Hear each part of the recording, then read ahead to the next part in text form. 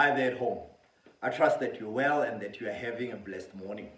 Today I want to talk about something that if you have been in church long enough, you have experienced, and that is church hurt. If you have been in church long enough, you have had an encounter with church hurt.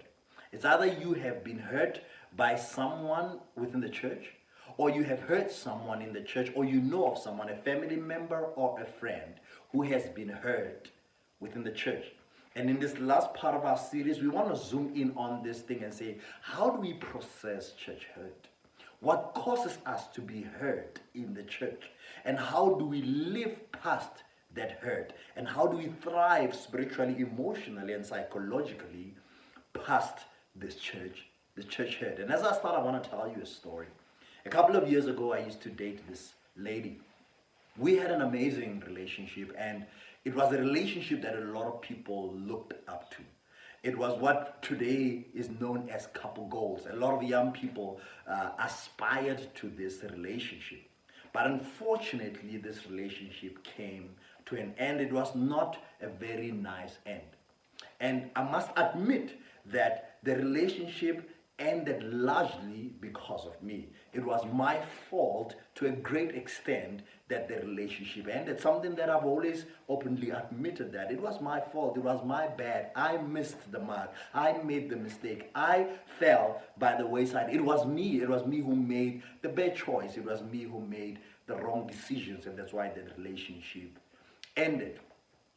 But my understanding was that, yeah, I made a mistake. I did wrong. I made the wrong call. I hurt the person. I disappointed people. I understand that, and I understood that, to say I understand if people are disappointed, because I understand when people are hurt. I understand that my actions have caused damage and hurt to other people. I understood that. But because I was in the church, it was my expectation that the people around the church will come around me and say, hey, you made a mistake here, but we are going to help you get up. It was my expectation that the people in the church will come alongside me and say, hey, you have fallen here, but like the Bible says, love covers a multitude of sin. We will love you through this. We will not cover the mistake. We will not cover the bad call. We will not cover the sin, but we will cover you.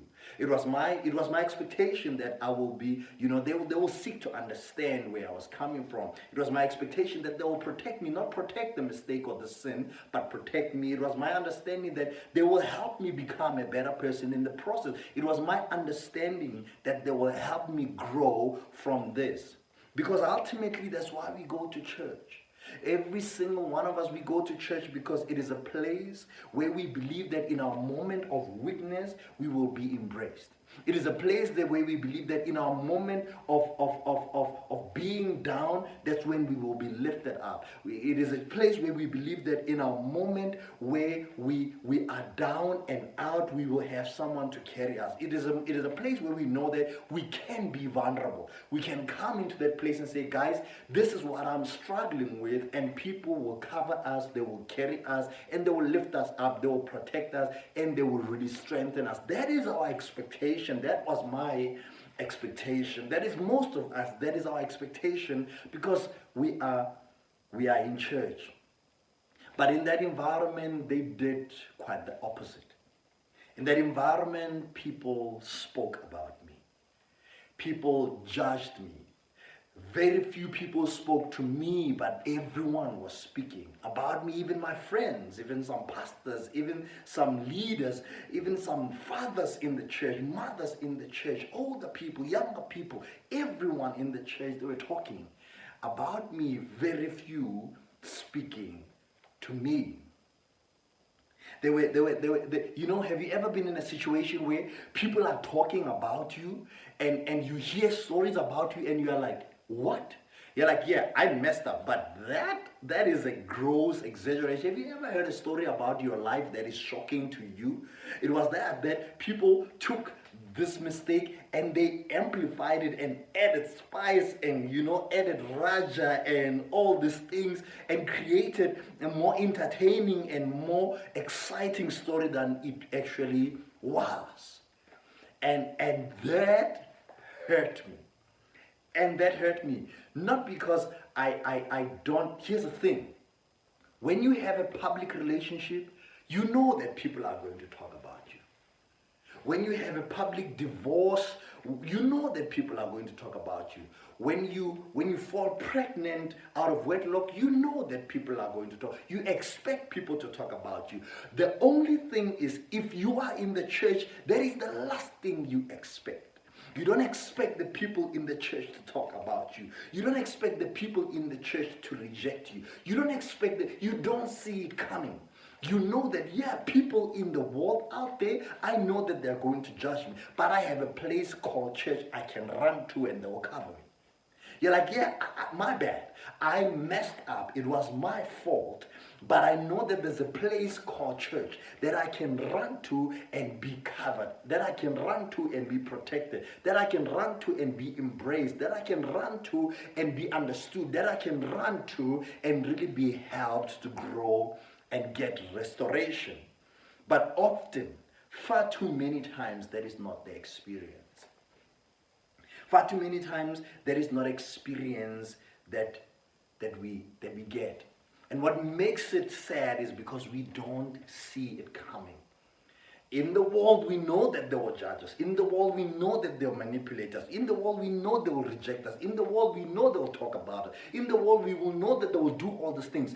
We don't expect it in the church. And that's why it hurts so much, because we just don't see it coming. We come to church with this naivete of youth, you know. We just so innocent and thinking the church, everyone in the church is so great. They are going to love, protect, and just cover me. We have this expectation that the people in the church are loving.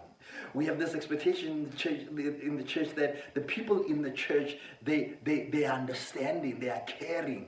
This is the expectation that we have. Listen to what Hebrews 10:24. We come with a Hebrews 10:24 kind of an expectation when we come to the church. It says, when we come together, let us discover creative ways to encourage one another and to motivate them towards acts of compassion, doing beautiful works as an expression of love. That is our expectation when we come to church. We're like, I'm coming to church where people find ways to encourage me. I'm going to church where people are motivated to love me. I'm going to church where people have this beautiful act of expressing love towards me. That is our expectation when we come to church. And that is why when we get hurt in the church, it hurts so much more, because we have an expectation. Even the Bible says it is a place where when we come together, we must discover, we must constantly discover and look for new ways on how to encourage one another, on how to motivate one another, on how to love one another, on how to protect one another, on how to cover one another. That's what Hebrews 10:24 says. It says, when you come together, encourage one another, stir one another up. When someone is down, encourage them. When someone falls, encourage them, pick them up. That is the expectation that we come with when we come into the church. And far too many times, we are not met there with that kind of the action that we are expecting. We expect to be mistreated in the world. But the church is the last place we would expect to be hurt, mistreated. But too many times we experience it. We come to the church with an expectation of perfection. We come to church with an expectation of perfection. The one thing that we are not realizing is that the people in the church, almost each and every one of them in the church, they came to the church for the very same reason you are coming. They came to the church because they too need a savior. They came to the church because they too need helping. They came to the church because they too were bleeding. They came to the church because they too were hurting. They came to the church because they too were broken in one way or another. They came to the church because they too were hurting. And some of them are still hurting. Some of them are still bleeding. Some of them are still broken. A church is not a place where people are healed and everyone is great. The church is a place where some people, like me and you, they still have their faults. And because they are hurt, some of them, they are going to hurt us. Because they are bleeding, some of them, they are going to bleed on us. Some of them, they are going to rub their pain on us. Some of them, they are going to dump their suffering on us. Some of them, they are going to dump their pain on us. Because they came to church for the same reasons we go to church. Because we need a Savior, they also need a Savior. And that's a perspective that we must have. When someone gossips about you, you must know that this person came here because they are struggling with gossip. They came here because they are also struggling. They are not perfect.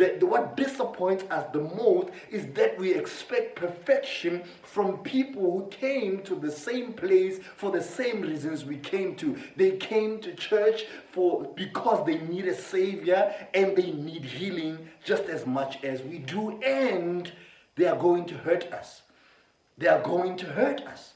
That is the reality. Some are still hurting and they are going to hurt us. Some are still bleeding and they are going to bleed on us. Some are still suffering and they're going to dump that suffering on us. Some are still going through a process of pain and they're going to want to share that pain with us intentionally or unintentionally so.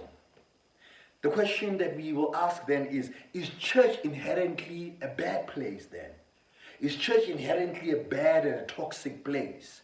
Because there's some people who have left church altogether, and when you see on social media say, hey, I'll never go to church, it's a toxic place, it's a bad place, wow. Is that true? Is church a toxic and a bad place? I want to tell you this. People get hurt in church. We cannot deny that. To deny that will be a lie. So people do get hurt in church. But do you know where else people don't get hurt? It's in the church. So people get hurt in the church, but very same in the church, people don't get hurt. There are people that don't get hurt in the church. People get hurt in the church, and some people get healed in the church. Some people get hurt in the church, that's true, but far more people get healed in the church. Some people get broken in the church, that is true, but far more people get healed in the church. Some people get humiliated in the church, but far more people get helped in the church. Some people get rejected in the church, but far more people get restored in the church. So no, the church is not an inherently bad place. It is a place that helps people. It is a place that heals people. It is a place that restores people. And far more people can attest to that in the church they found their healing. In the church they have found their restoration. In the church they have found their help. In the church they have found care and protection. I am one of them. Yes, I have been hurt by church, but far too many times I've found help in the church. Far too many times I've found love in the church. Far too many times I've found care in the church. In the very same church that hurt me, there I can count in one hand the times where I've been hurt in the church, but I cannot even count in one hand the times that I've been helped in the church. I will need my hands and my feet and everything, and maybe your hands, to help me to count the times where I was helped in the church. So no, church is not inherently a bad and toxic place. It has moments where we get hurt. It has moments where we get broken and rejected and humiliated and manipulated. But it is not inherently a bad place. Why do we get mistreated within the church? People in the church often mistreat us, not because they are bad people, but because they are broken people. They don't hurt us because they are bad. They hurt us because they are broken. And that understanding brings us to a place where we are able to have a different perspective that is empowering.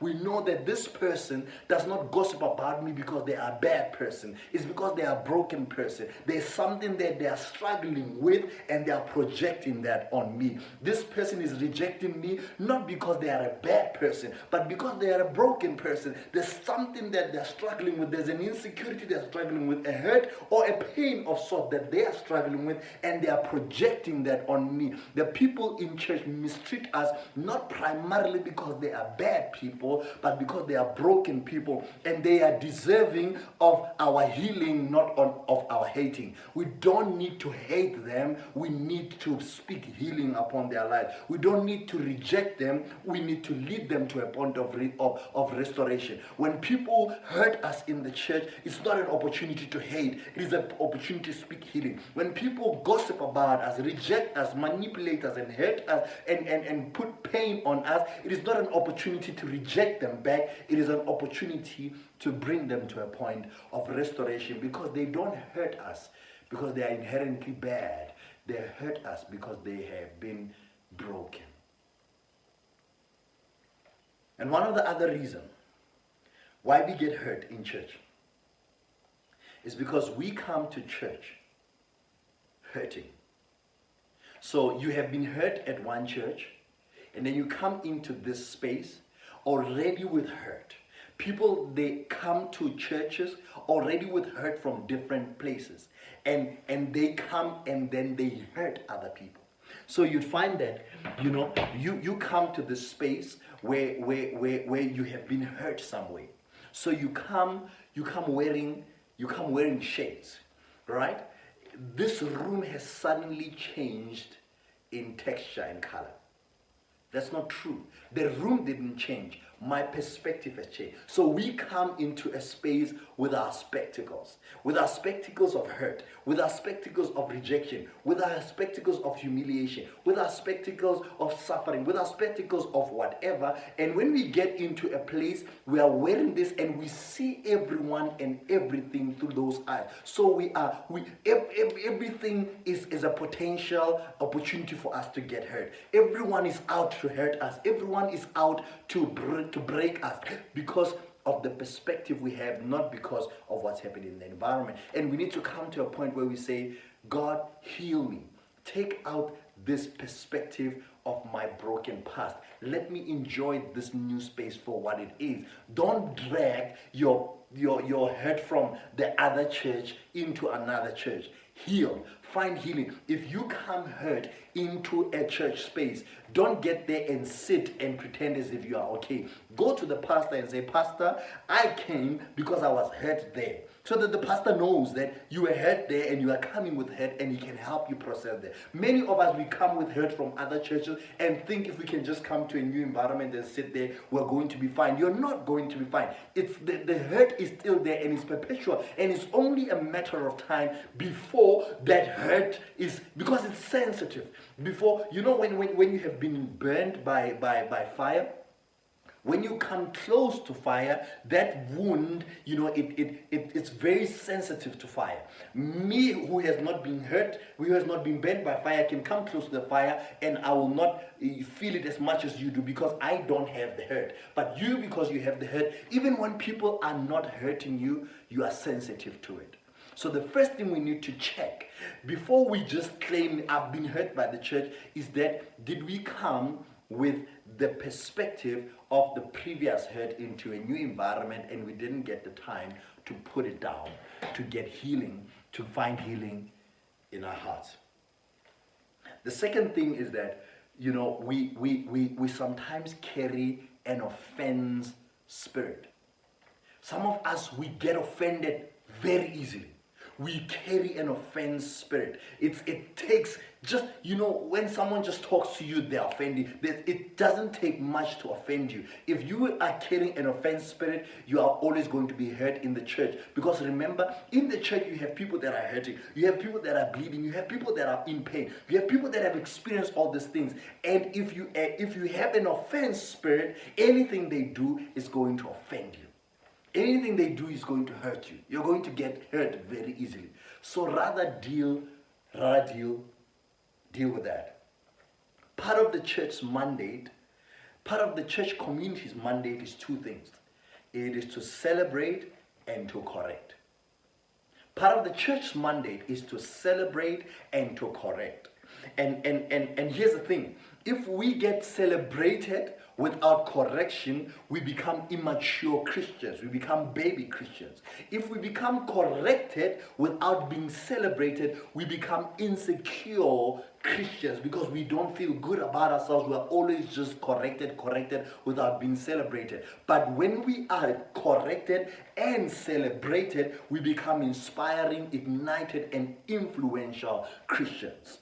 You need to know that in that space where you are in the church, the pastor is not always going to come to you and say you're doing well. The friends and the church people are not always going to come to you and say you are great, you are beautiful, you are fearfully and wonderfully made and what. No, sometimes they will come to you and say what you are doing is out of line. What you are doing is not in accordance to the calling that God has on your life, because they are correcting you. And if you do not want to be corrected, you will remain as an immature Christian. But so too, they cannot always come to you and correct you all the time and never celebrate when you're doing something good, because then that inspires insecurity in you where you don't feel like you're anything good. So we need to make sure that we do not just correct, but we also celebrate. They need to go together. If you do not want to be if you don't want to be corrected, you just want to be celebrated, you'll remain immature. And if we just correct people and not celebrate them, we inspire insecurity in them. We need to be able to inspire, you need to be able to correct, and we need to be able to celebrate so that we can create and develop Christians who are ignited, Christians who are inspired, Christians who are influential. These two needs to go together and we will hurt less people. I wrote this statement and I want you to hear it well.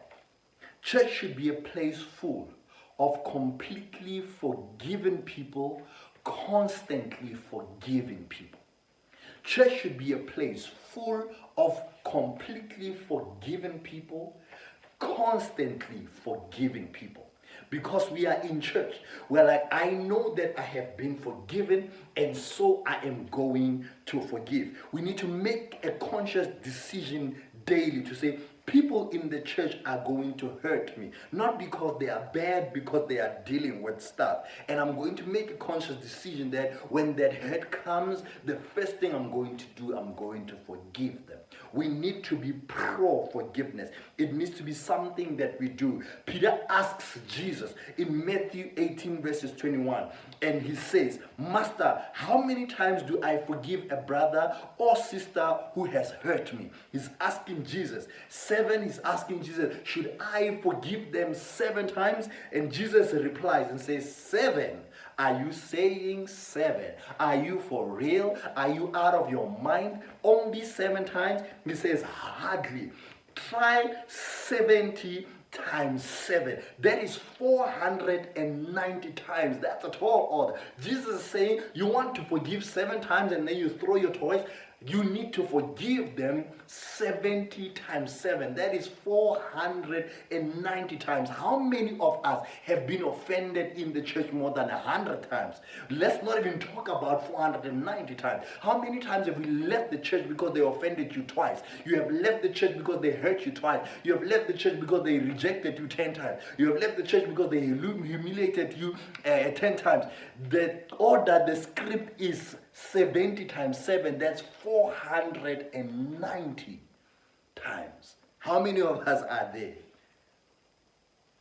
There's primarily 3 ways in which we respond to hurt. Most of us, when we are hurt in church, we respond in 3 ways. Number 1, we leave. Number 2, we become passive. Number 3, we become aggressive. So when we leave, we're like, you know what, I'm done with this place. Now, before you leave, let me ask you a question, because maybe you are being hurt by this sermon. It's fine. Before you leave, when you came to Muso, did you come by yourself or did you feel God calling you into a church?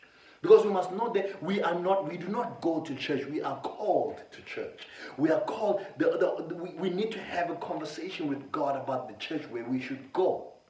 We don't just go to churches, we are called to. I know that I am called to Musa Church. I didn't just come because it's a nice church. And that is the conversation we must have with God and say, God, did you call me to the space? And if God called called you into a space, you don't leave when you want to. You leave when he says you must leave.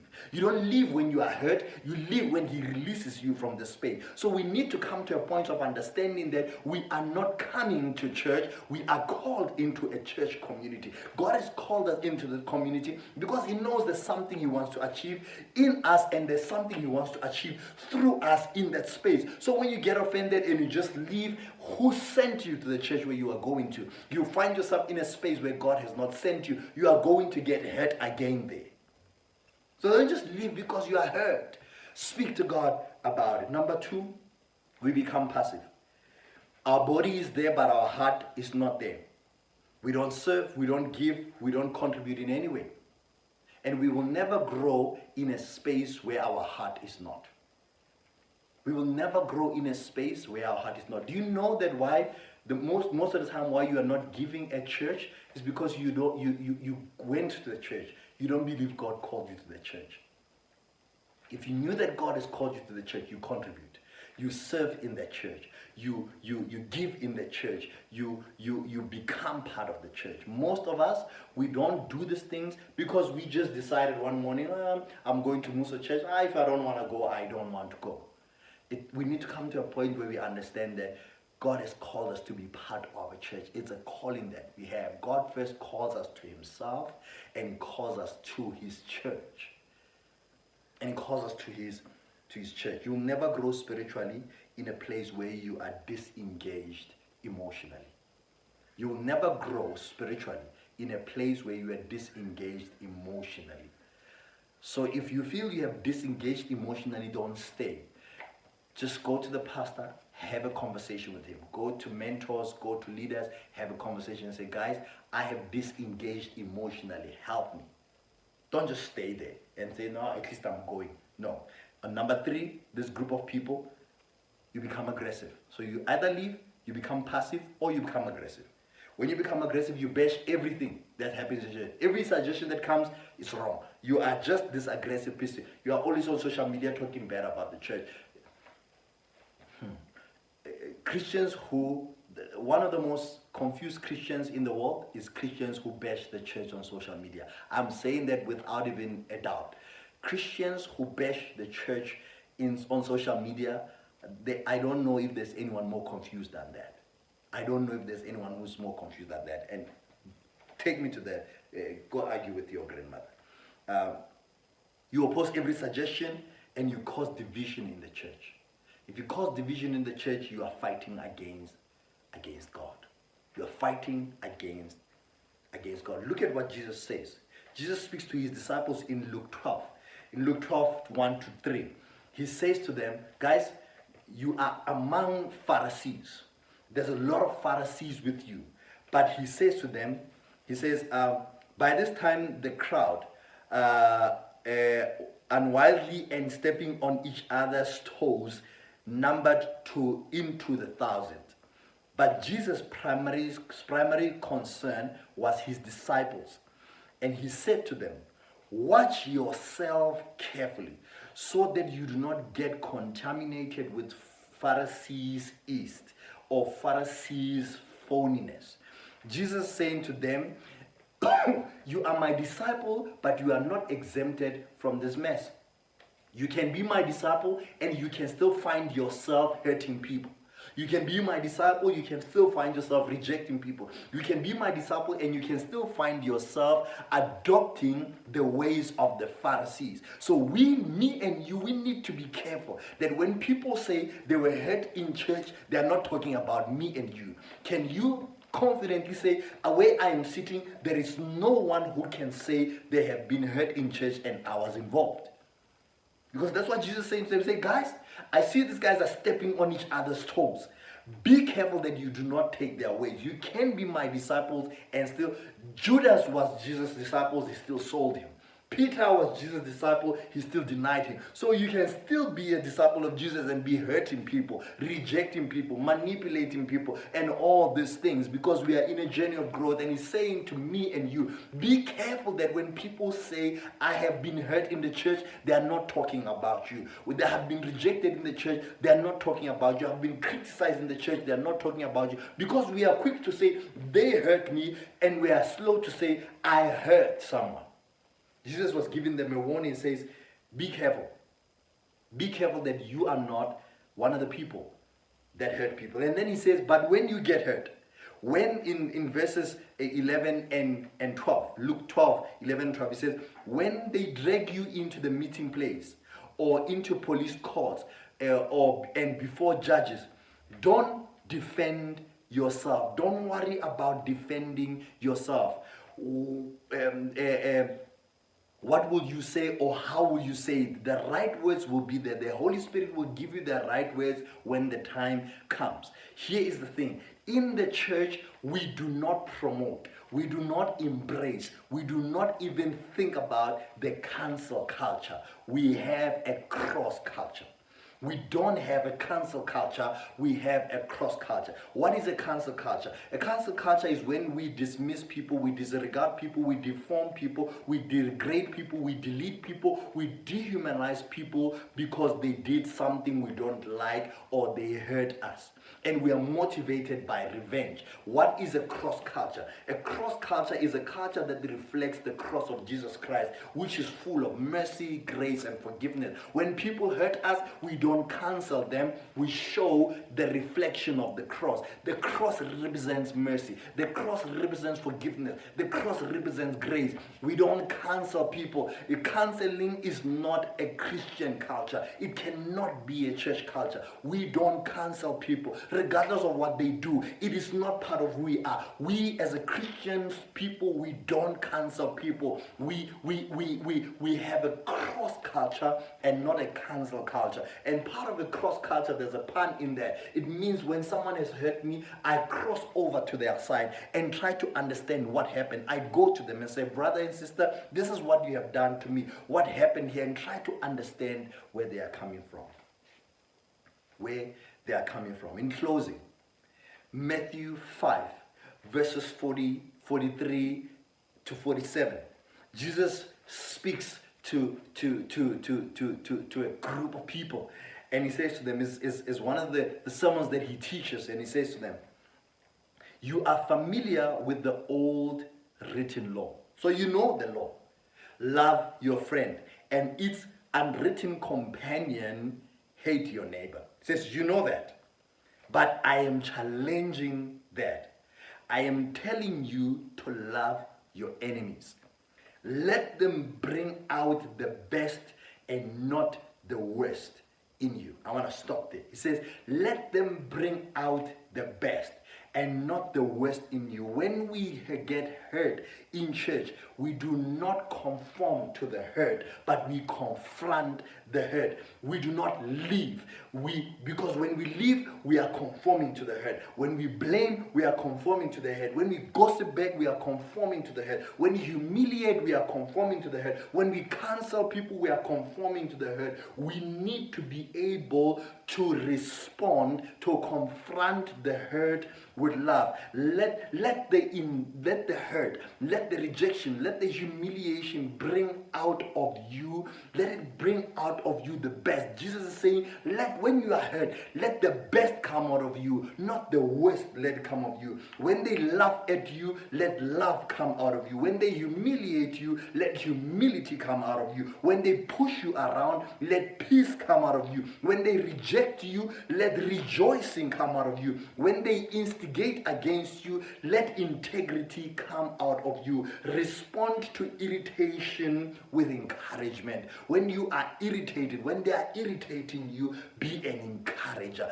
be an inspirer, be an influencer, be someone who responds with the best and not the bad.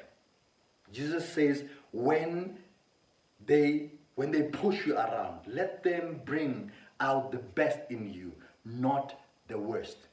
Because here's the thing. This orange even if I can hit it on the wall, I can hit it on the ground. Even if I can do whatever, even if I can squeeze it, even if I can step on it, even if I can squash it, even if I can reject it, even if I can manipulate, even if I can dehumanize, even if I can do anything, I'm stepping on it right now, and I'm picking it up and I'm throwing it to the floor. I'm throwing it against the wall. I am doing all these things. Whatever I do to this orange, it will never ever bring out apple juice. It will never bring out lemon juice. It will, regardless of how I shake it, how I beat it, how I drop it, regardless of how I do whatever, it is going to bring me orange juice. It will bring only what is inside it. Sometimes we blame people for what is inside of us. Be careful that the hurt is not inside of you. You said they hurt me and that's why I saw at them. No, it was inside of you. They hurt me and that's why I gossip about them. No, the gossip was inside of you. They humiliated me, that's why I humiliated. No, it was inside of you. They did this and that's why I'm criticizing them. No, the critique is inside of you. It is not in them. They pushed it out. And if he is not in you, if the critique is not in you, they can push him out. If the gossiper is in you, they can push him out. If the liar is not in you, they cannot push him out. What is inside of you? What is inside of you that when you are pushed will come out? That when you are pressed will come out? Is it the sweet fragrance of Jesus, or is it brokenness and hurt and suffering and pain? Jesus says, let them bring out the best in you. And then he says, when someone gives you a hard time, responds with energies of prayer. So what is he saying? He's saying you pray about the hurt before you become the prey to the hurt. Because the hurt that we do not pray about, we become prey to. When you don't pray about hurt that you're experiencing, it eventually turns you into a bitter person. If you don't pray about the hurt, you become the prey to it. You even see your personality, becoming, something else because you did not deal with it in prayer. So when we pray about the hurt that we're experiencing, we're making sure that what is in us is stronger than what comes out of us. We are making sure that what is in us is pure. What is in us is righteous. What is in us is loving. What is in us is godly. When we pray about hurt, we do not come prey to hurt. When we pray, we shift. When we pray, we are able to shift between fact and fiction. Because sometimes when we say we have been hurt, some of these things are fictional and they are not real. So when we pray about it before God and say, God, this is what they did to me, you are able to sift between the facts and the fiction. When we talk about hurt, we need to go to a point where we do not talk about hurt, we pray about hurt. Because when you talk about hurt in terms of, instead of praying about hurt, feelings tend to lead the conversation. And when feelings lead the conversation, we often assume a role of a victim and relegate all responsibilities. When feelings lead the conversation, we find ourselves comfortable in being victims. When feelings lead the conversation, we find ourselves being unable to trust, being unable to help, being unable to lift up. No amount of gossip, rejection, humiliation, hurt, or pain can take out of you what is not already in you. Emotions are always the last to heal when we are hurt. Don't let them lead the conversation. Emotions are always the last to heal when we are hurt. Don't let them lead the conversation. I want us to make this declaration as we close. Matthew 5:48, it says, in a word, what am I saying? So the message, I love the Message translation. It says, in one word, what am I saying? I'm saying, grow up. You are a kingdom subject. Now live like it. Live out your God-created identity. Let generosity and live generously and graciously towards others, the way God lives towards you. God is living. He says, you see these people that are hurting you, live generously and generously towards them, graciously and generously towards them. And what does that mean? It means grow up. And I want us to make a declaration of growth right now. I want you to make this declaration with me. And if you feel that, I want to make a declaration of growth, I'm going to ask you to stand up wherever you are at home. Wherever you are at home, I want you to make this declaration of growth with me. And repeat after me and say, today I make a declaration that I am growing up. Spiritually, mentally, emotionally. If the spirit of offense be in me, Lord, help me. Lord, free me. If any hurt be in me, Lord, heal me. I declare not to see offense where there is none. I declare to forgive offense where there is any. I refuse to confront hurt with anger. I commit to respond with love. I declare that I am mentally healthy.